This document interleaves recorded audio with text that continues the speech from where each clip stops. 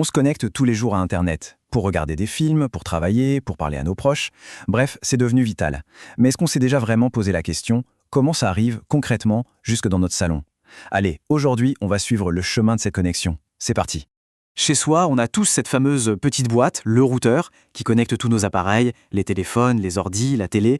Mais la grande question, c'est comment l'immensité d'Internet réussit à se faufiler jusque dans ce petit boîtier? Oui, parce que soyons clairs, ça ne sort pas du mur par magie, hein. Il y a toute une infrastructure cachée derrière, et c'est justement ce qu'on va décortiquer ensemble.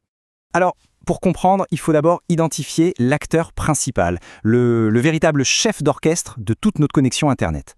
Et cet acteur, c'est le fournisseur d'accès Internet, qu'on appelle plus simplement FAI. Il faut vraiment le voir comme la seule et unique porte d'entrée qui relie notre petit réseau à la maison, notre réseau privé, à l'immense réseau mondial. Sans lui, notre foyer resterait complètement isolé numériquement. Bon, maintenant qu'on a identifié le FAI, voyons un peu comment ce pont fonctionne concrètement. Quand on clique sur un lien, quel est le trajet exact que prennent les données pour nous ramener une page web de l'autre bout du monde? Eh bien, notre routeur, il est bien branché quelque part. Il est connecté physiquement au réseau du FAI. Et cette connexion, elle peut prendre différentes formes. Ça peut être un câble de fibre optique pour avoir les débits les plus rapides, un câble coaxial plus classique, ou même, de plus en plus, les ondes des réseaux mobiles 4G ou 5G. L'image de l'autoroute, elle est parfaite pour ça. Imaginez, notre recherche, c'est une voiture qui quitte le garage, donc notre appareil. Le routeur, c'est la petite rue qui nous mène à la bretelle d'accès. Et le FAI, eh bien c'est cette bretelle d'accès et l'autoroute elle-même. C'est le passage obligé. Tout ce qui entre et tout ce qui sort de chez nous passe forcément par lui. Mais attention, le rôle du FAI ne s'arrête pas au simple transport.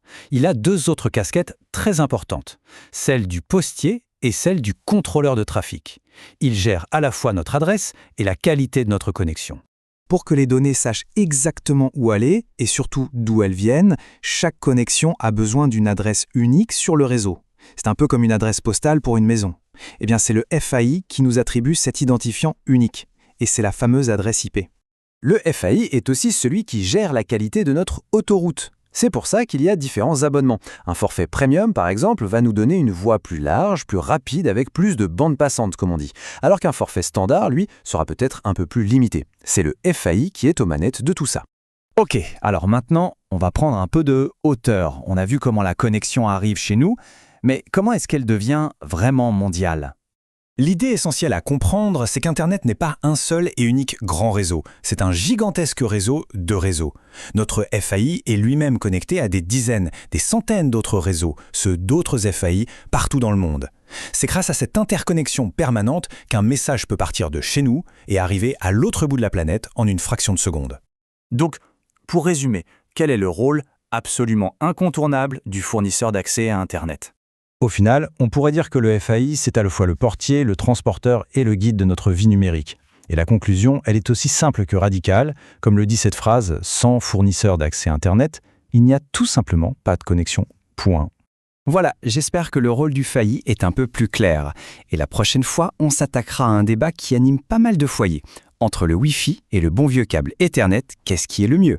On verra ensemble les avantages et les inconvénients de chacun. Merci d'avoir suivi et à très bientôt.